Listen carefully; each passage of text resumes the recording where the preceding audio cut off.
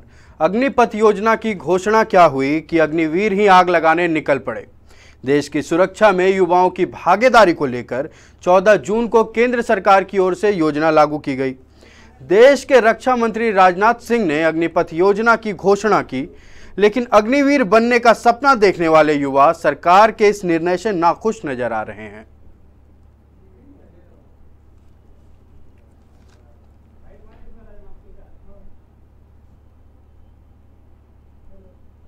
सरकार द्वारा घोषित की गई अग्निपथ योजना भारत के नौजवानों को देश की रक्षा व्यवस्था से जुड़ने और देश की सेवा करने का एक सुनहरा अवसर देता है। अग्निवीर हूं, यह उनकी ताजिंदगी के लिए पहचान बन जाती है। पिछले 2 साल से सेना में भर्ती की प्रक्रिया न होने के कारण बहुत से नौजवानों को सेना में भर्ती होने का अवसर नहीं मिला। यह सच्चाई है। इसलिए युवाओं के भविष्य को ध्यान में रखते हुए और उनके प्रति संवेदनशीलता दिखाते हुए प्रधानमंत्री जी के अनुमोदन पर सरकार ने फैसला किया है कि अग्निवीरों की भर्ती की आयु सीमा को इस बार बढ़ाकर 21 से 23 वर्ष कर दिया जाए। यह वन टाइम रिलैक्सेशन दिया गया है। इससे बहुत सारे नौजवानों को अग्निवीर बनने की पात्रता स्वतः मिल जाएगी। और मैं यह भी कहना चाहता हूं कि भर्ती प्रक्रिया कुछ ही दिनों में प्रारंभ होने जा रही है। मैं सभी नौजवानों से अपील करता हूं कि सेना में भर्ती होने की वह तैयारी करें और इसका पूरा लाभ उठाएं। धन्यवाद। योजना को लेकर आधिकारिक बयान और भाजपा नेता सह महाराष्ट्र के पूर्व मुख्यमंत्री देवेंद्र फडणवीस के बयान में विरोधाभास साफ नजर आ रहा है। जहां एक और चीफ एयरफोर्स ऑफिसर विवेक राम चौधरी इस योजना के तहत तमाम सैन्य नियुक्तियों की बात कर रहे हैं, वहीं देवेंद्र फडणवीस का बयान विपरीत नजर आ रहा है। ठीक है, बोलते हैं।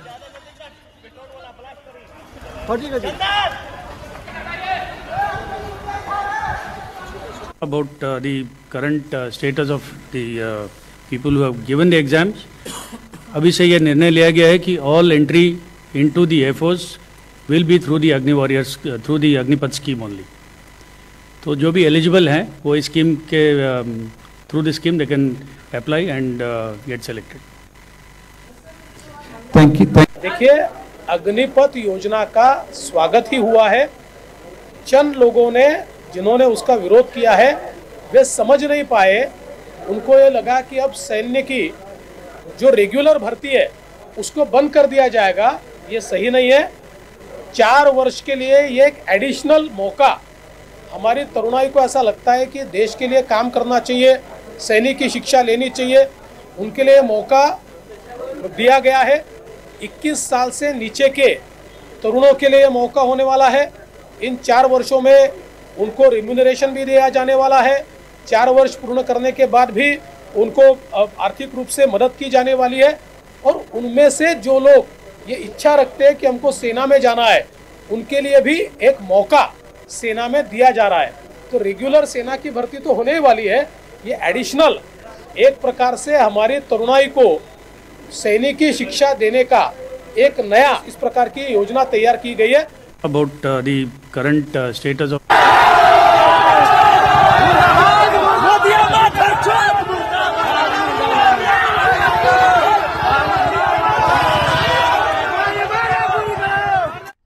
अग्निपथ योजना से जुड़े युवा के मन में उठ रहे सवालों का जवाब देने के लिए हमारे साथ जुड़ रहे हैं लाइव 7 के संवाददाता सुजीत सागर।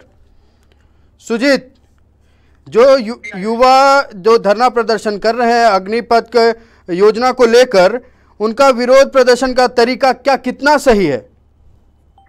देखिए आयुष, मैं आपको बता दूं कि अग्निपथ योजना को लेकर जो युवा जो उग्र हैं और उग्र प्रदर्शन कर रहे हैं और लगातार इनका जो प्रदर्शन करने का जो तरीका है वो और भयावह रूप लेता जा रहा है, ये कहीं से भी सही नहीं है।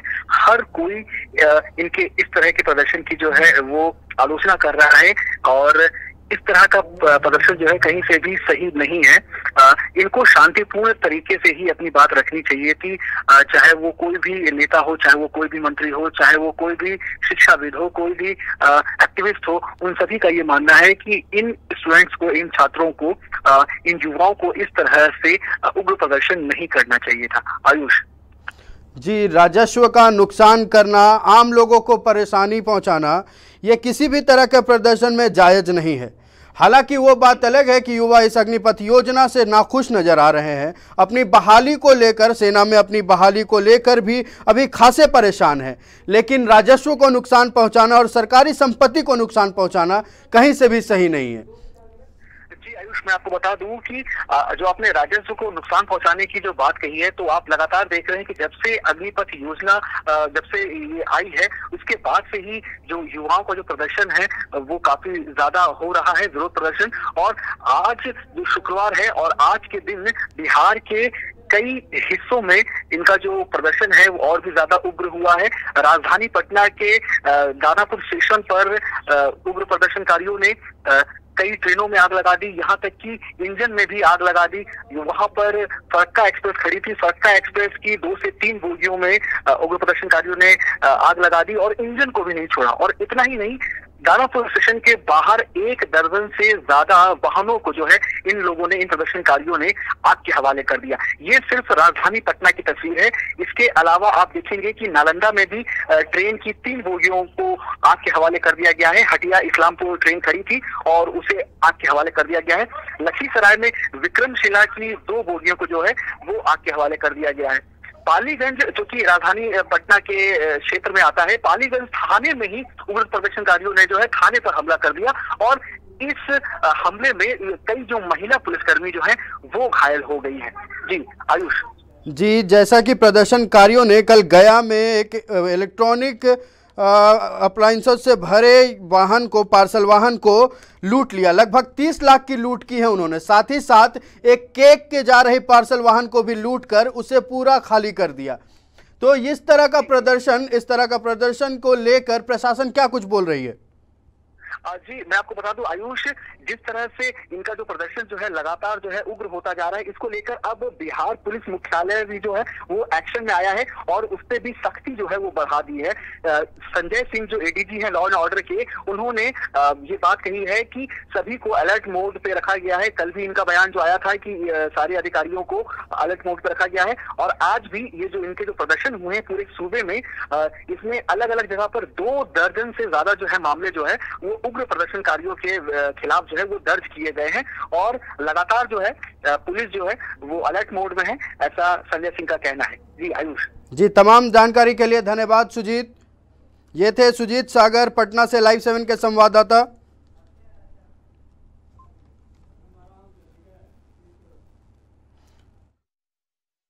जैसा कि लाइव 7 के दर्शक तस्वीरों में देख रहे हैं कि कैसा उग्र प्रदर्शनकारी कर रहे हैं। अग्निपथ योजना की शुरुआत के साथ देश भर के युवा प्रदर्शन कर रहे हैं। दरअसल योजना के तहत अग्निवीरों की बहाली और ट्रेनिंग को लेकर युवाओं में आक्रोश नजर आ रहा है। सरकार ने पूर्व में योजना के तहत 17.5 वर्ष से 21 वर्ष के 12वीं पास युवाओं को प्रशिक्षण और नौकरी देने की बात कही थी। वहीं विरोध के बाद सरकार ने उम्र सीमा में बदलाव करते हुए उम्र सीमा 23 वर्ष कर दी है। लेकिन युवाओं का कहना है कि केवल 6 माह की ट्रेनिंग अग्निवीरों के लिए सही नहीं है और 4 साल की नौकरी किसी के जीवन को आर्थिक रूप से सुदृढ़ नहीं बना सकती है। बंद करो, बंद करो, मुर्दाबाद।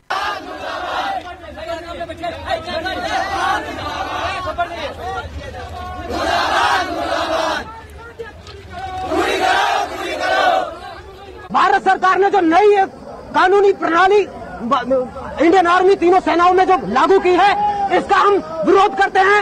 ये प्रणाली भारत सरकार में लागू नहीं होनी चाहिए। भारत सरकार ने हमसे हमारे आगे हाथ जोड़ जोड़कर 1 रैंक 1 पेंशन के नाम पर वोट मांगा था और आज 9 रैंक 9 पेंशन का ड्रामा बनाकर हम युवाओं को बेरोजगारी में धकेल दिया है। हम ये तानाशाही नहीं अगर आपकी मांग पूरी नहीं होती है तो क्या करेंगे? दिल्ली तक जाएंगे, जान दे देंगे अगर नहीं। हम सब यहाँ जिंदा लाश खड़े हुए हैं। हमारे ही दोस्त 62 जो आज तक अब तक जो हमें पता चली है 62 लोगों ने फांसी लगा ली है। अर्थी दो या वर्दी दो, और दूसरी बात, हमारी अगर नहीं बात माने हम यहाँ से रोड से उठेंगे नहीं, चाहे आज हटाओ चाहे कल, हम नहीं जाएंगे। हम मरे हुए समान हैं, हमारी सांसें छीन ली गई हैं, छीन लो सांसें हमारी।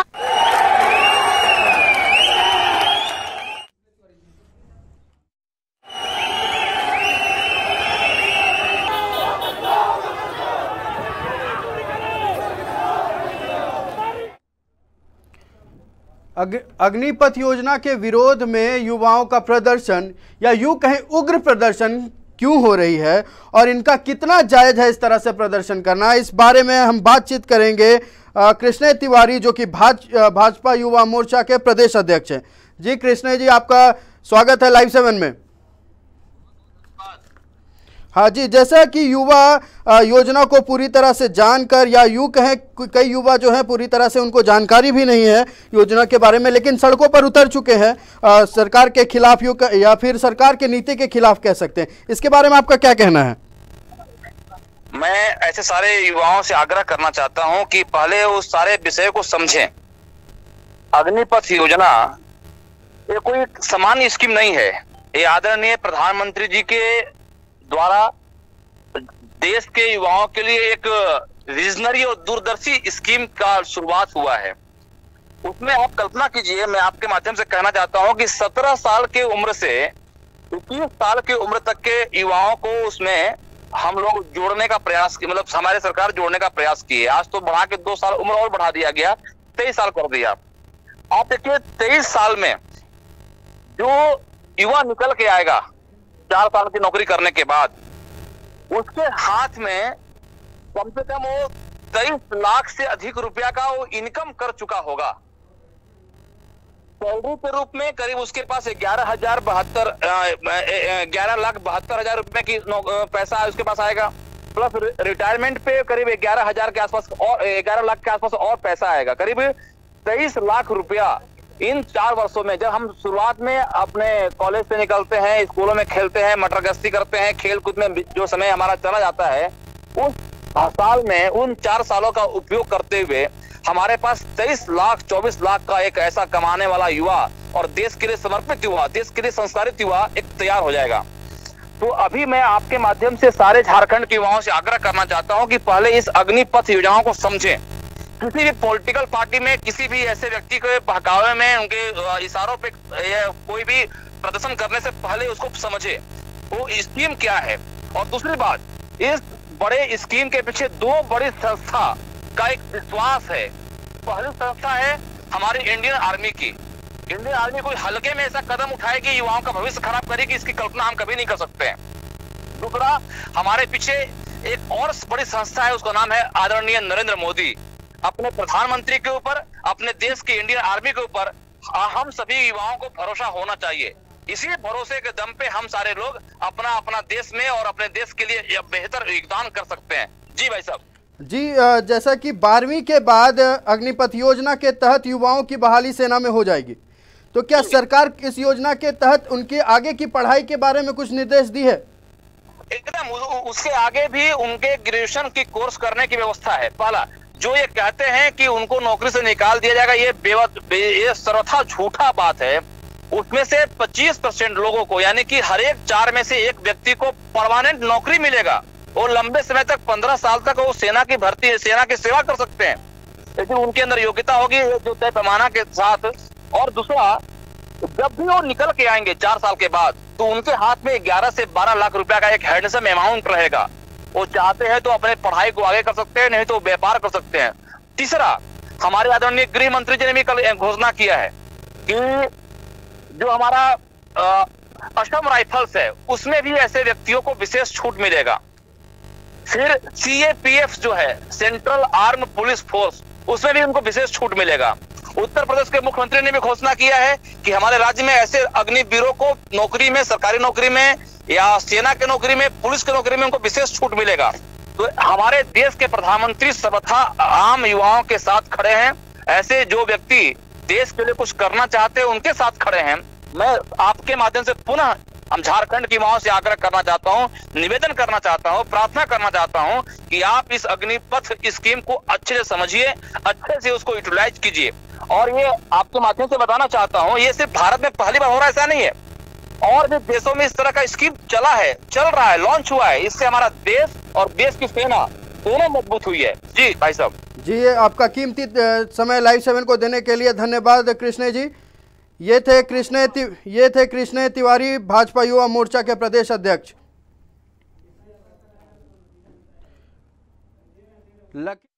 आक्रोशित प्रदर्शनकारियों ने ट्रेन में आगजनी कर दी है और देश के कई इलाकों में ऐसे प्रदर्शनकारी हिंसक प्रदर्शन भी कर रहे हैं, राजस्व को नुकसान भी पहुंचा रहे हैं। ऐसे में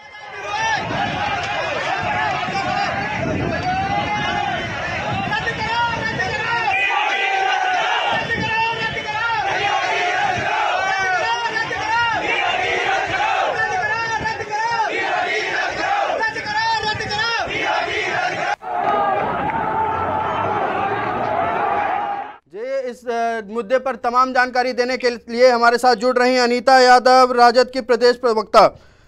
नमस्कार अनीता जी, लाइव 7 में आपका स्वागत है। नमस्कार जी, केंद्र सरकार जो ये योजना को युवाओं के लिए लाई है, तो क्या कहीं ये केंद्र सरकार युवाओं के साथ छलने का काम तो नहीं कर रही है? जी, ये बिल्कुल छलने का काम है। आप एक बार उनको उम्मीद जगा देंगे, वो उस क्षेत्र में जाएंगे, उस 4 साल के बाद फिर क्या करेंगे, किस राह पे जाएंगे? ये कह रहे प्राथमिकता देंगे, ये गारंटी ले कि 4 साल के बाद उनको सरकारी नौकरी कहीं और दी जाएगी तो स्वागत है, लेकिन गारंटी होनी चाहिए। आप 5 साल कर देते, उनको पेंशन दीजिए। जवानों को पेंशन देने में आपको इतनी आपत्ति है? देश बिक रहा है और यहाँ मंत्री और विधायक और सांसद उनको पेंशन और उनका वेतन भत्ता देने में आपको सुविधाएं देने देश बर्बाद नहीं होता है? ये देश के साथ गद्दारी है, ये जवानों के साथ ही नहीं देश के साथ गद्दारी है। जो जवान हमारे देश के लिए लड़ेंगे उनके लिए आपके दिल में ये प्रेम है। पहले किसानों के लिए दिखा उनका प्रेम, अब जवानों के लिए प्रेम दिख रहा है। जिस देश में जय जवान जय किसान बोला जाता था, आज देश में ऐसी दुर्गति हो गई है, पूरा देश जल रहा है। सरकार कैसे किस मतलब लगता जैसे सपना देखी हो, उठी हो और बस कोई घोषणा कर दी, उस पर कोई विचार नहीं, कोई विमर्श नहीं। आज पूरे देश का युवा रोड पे है, विचलित है, परेशान है। सारी सरकारी सुविधाएं खत्म कर दिए, सारा पेंशन सबका खत्म कर दिया, अब जवानों का भी हक मारा जा रहा है। ये देश बर्दाश्त नहीं करेगा। जवानों के साथ बेईमानी हो, उनके साथ धोखा हो, ये देश किसी भी हालत में बर्दाश्त नहीं करेगा। जिस तमाम मुद्दे को लेकर झारखंड में राजद क्या स्टैंड लेगी? हम साथ हैं, हम युवाओं के साथ हैं, पर एक अपील भी है। हम युवा से कहेंगे कि वो गांधी जी के मार्ग पे चलते हुए आंदोलन करें, अपनी मांग रखें, वो उग्र ना हो, और जो भी देश की संपत्ति है, धरोहर, वो उन्हीं का है, तो उसको वो इस तरह से उग्र होके आग लगाना ये सब है, वो ना करें।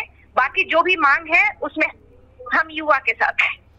जी, हालांकि युवाओं का प्रदर्शन करना किसी भी सरकार नीति या किसी भी नीति के खिलाफ बिल्कुल जायज है, लेकिन इस तरह का हिंसक प्रदर्शन करना नहीं, हिंसक प्रदर्शन कहीं से भी सही नहीं है। अभी देश देखिए, ये भी कहेंगे कि शायद सभी का धैर्य खत्म हो गया है, उसकी भी एक सीमा होती है। कहा जाता है ना कि धैर्य की भी एक सीमा होती है। नोटबंदी, कभी जीएसटी, कभी किसान के खिलाफ, कभी सरकारी ये सुविधा, सारे संस्थाएं बेच दिया गया, लोगों को निकाला गया नौकरी से, महंगाई अलग चरम सीमा पे है, तो उनका भी एक धैर्य का सीमा है, तो कहीं उनका धैर्य टूट रहा है।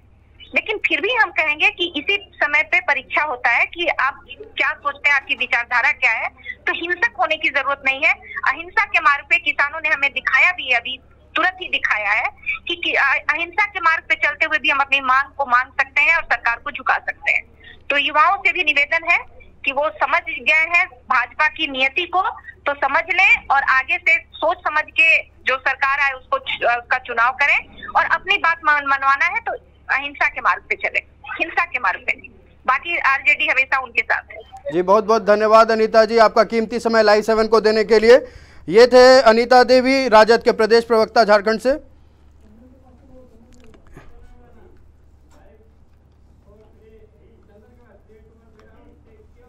हाँ, इस समय हमारे सहयोगी चंदन जो है इस मुद्दे को लेकर जानकारी देने के लिए हमारे साथ जुड़े हुए हैं।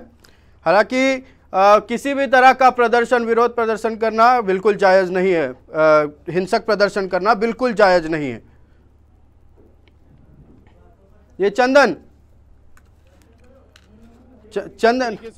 जिस तरीके से अग्निपथ योजना को लेकर जो पूरे देश में हंगामे हो रहे हैं, ट्रेन जलाए जा रहे हैं, तो कहीं ना कहीं ये दुर्भाग्यपूर्ण है, क्योंकि किसी भी योजना को समझे बिना अगर कोई भी स्टैंड लिया जाता है, खासकर हिंसक अगर प्रदर्शन किया जाता है, तो सिर्फ और सिर्फ इस देश का नुकसान है। और देश का अगर नुकसान होता है तो कहीं ना कहीं देश के नागरिकों का भी नुकसान होता है। देश जो है, भारत देश पूरे दुनिया में यूथ का देश समझा जाता है, युवाओं का देश के तौर पे जाना जाता है, क्योंकि यहाँ पर युवाओं का जो औसतन है वो आबादी ज़्यादा है। तो ऐसे में युवाओं का उत्थान के लिए अगर प्रधानमंत्री की इस अग्निपथ योजना की बात करें तो एक बेहतर साबित हो सकता है। हर फैसले के दो पहलू होते हैं। अगर इसकी पहली पहलू की बात की जाए तो आर्मी बहाली के लिए ज़्यादातर ग्रामीण क्षेत्रों से जो लड़के हैं वो तैयारी करते हैं। और मैं आपको बता दूं कि जो ग्रामीण क्षेत्र के लड़के होते हैं वो कहें कि पैसों से थोड़ा सा गरीब होते हैं, ज़्यादातर उन्हें पैसों की ज़रूरत होती है। यानी कहें कि 10,000 की नौकरी के लिए तकरीबन वो लोग सपना देखते हैं। तो 25 से 30 वर्ष की उम्र में अगर उन्हें 10 से 15,000 की प्राइवेट नौकरी मिल जाए तो वो उसके लिए संघर्ष करते हैं और अपने आप को सौभाग्यशाली मानते हैं।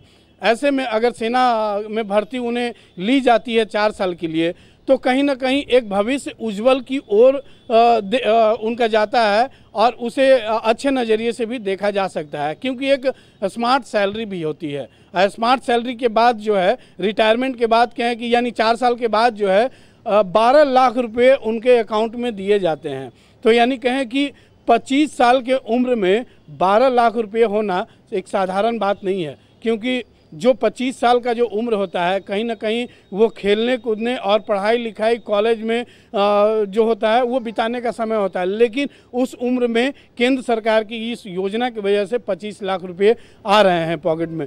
तो यानी अगर युवा चाहे तो वहाँ से अपनी उत्थान के लिए आगे की ओर सोच सकते हैं। यानी 12 लाख रुपये से 25 साल की उम्र में अगर कोई 12 लाख रुपये इन्वेस्ट करके जो अगर कहें कि छोटा कुटीर उद्योग अगर लगाकर कोई अगर अपना उत्थान करता है, बिजनेस आगे बढ़ाता है, तो कहीं ना कहीं आगे जाकर जो युवा है वो तेज़ी से उभर कर आएगा। यानी कहें कि एक अच्छा स्कीम भी अच्छे के तौर पे देख सकते हैं। हाँ, नुकसान इसमें यह है, उन लोग के लिए ज़रूर एक दुखदायी खबर है जो कि अपना जीवन सेना में देना चाहते हैं, देश की सेवा के लिए समर्पित करना चाहते हैं। हालांकि उसके भी रास्ते खुले हुए हैं, क्योंकि अग्निपथ के योजना के माध्यम से सेना में आना ये किसी को बाध्य नहीं किया जा रहा है। जिसकी मर्जी हो वो सेना में आए, अन्यथा जिसकी मर्जी नहीं हो वो इस माध्यम से सेना में ना आए। फिर भी अगर सेना में सहयोग करने का उनका मन है तो एनडीए या फिर सीडीएस की तैयारी करके सेना में अच्छे पद पर जो है नौकरी कर सकते हैं।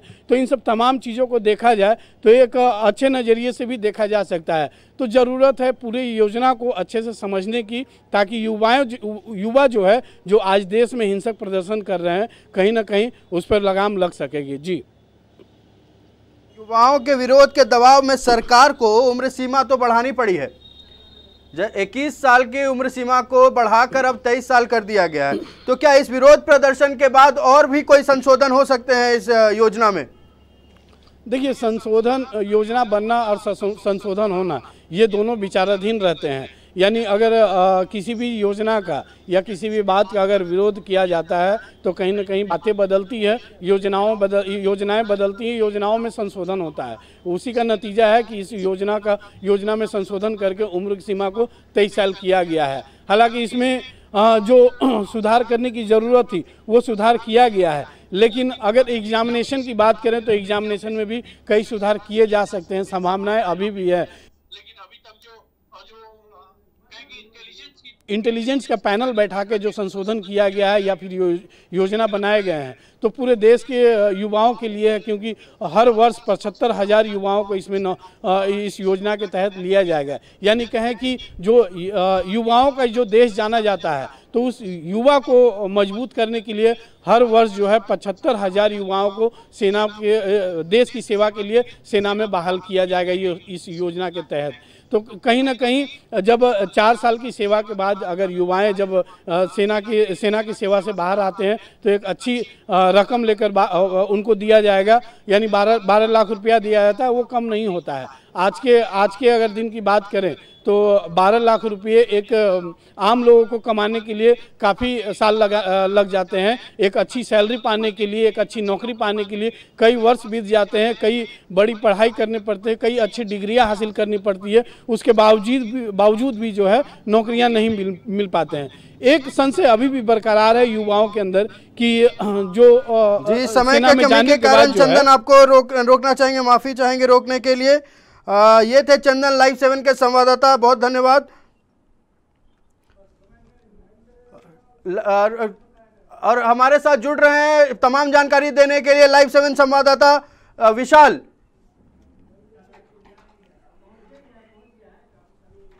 विशाल हमारे साथ जुड़ रहे हैं तमाम जानकारी देने के लिए।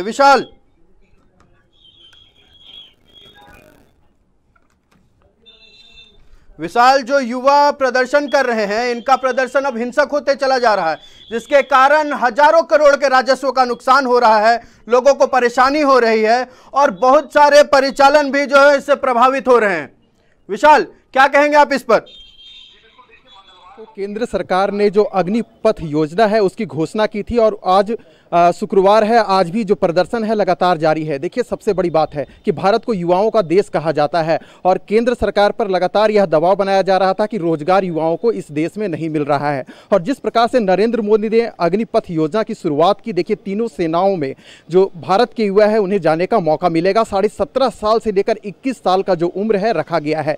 देखिए, अभी कई राज्यों में, भारत के कई राज्यों में लगातार विरोध प्रदर्शन जारी है, हिंसक झड़पें भी हुई है और लगातार जो एक तरह से कहे कि हिंसा के रूप में जो आंदोलन है हो रहा है। 20 जून को जो आंदोलनकारी छात्र हैं दिल्ली जाकर प्रदर्शन करने की बात कर रहे हैं। देखिए आयुष, इसमें 2 बातें सामने आती है। सबसे बड़ी बात है कि लंबे समय के बाद ऐसी योजना युवाओं के लिए लाया गया है। दूसरी बात, जैसे ही इस योजना को लाया जाता है कई छात्र और राजनीतिक संगठन इसका लगातार विरोध कर रहे हैं। मौजूदा समय में भारतीय जनता पार्टी का कहना है कि यह जो योजना है युवाओं के हित में है, युवाओं का सर्वांगीण विकास होगा। वहीं जो विपक्षी दल हैं, अगर हम कांग्रेस की बात कर ले, राष्ट्रीय जनता दल की बात कर लिया, जो अन्य जो विपक्षी दल हैं, उनका यही कहना है कि एक बार फिर केंद्र की जो नरेंद्र मोदी सरकार है युवाओं को छलने का काम कर रही है। तो ये रहा आरोप प्रत्यारोप का बात। देखिए आयुष, भारत को मैंने पहले भी कहा कि युवाओं को देश कहा जाता है और नरेंद्र मोदी सरकार पर लगातार यह दबाव बनाया जा रहा था कि युवा जो हैं आज भारत देश में बेरोजगार हो रहे हैं। यही तमाम मुद्दों को लेकर केंद्र ने इस योजना को धरातल पर लाने की कोशिश की। जो पहले वर्ष में 46,000 युवाओं को जो रोजगार देने की बात चल रही है कि युवा है जो तीनों सेनाओं में जाएंगे और अपनी सेवा को देंगे और उन्हें एक हैंडसम सैलरी भी दी जाएगी। जो मापदंड रखा गया है 30 से 40,000 रुपये। लेकिन यहाँ एक प्रश्न उठता है आयुष कि अगर हम लोग 4 साल जो भी देश के युवा हैं अगर अपनी सेवा देंगे तो 4 वर्षों के बाद उनका क्या होगा। यही कारण रहा कि ये पूरा विरोध का मसला बना। मौजूदा समय में अगर हम बात करें तो भारत के 7 राज्यों में जिस प्रकार से युवाओं के द्वारा प्रदर्शन किया जा रहा है और इन युवाओं को जिस प्रकार से विपक्षी दलों द्वारा सपोर्ट मिल रहा है, सहायता मिल रहा है, तो कहीं ये जो शक हो रहा है कि जिस प्रकार से कृषि कानून को केंद्र की नरेंद्र मोदी सरकार ने वापस लिया था विरोध होने को लेकर, तो क्या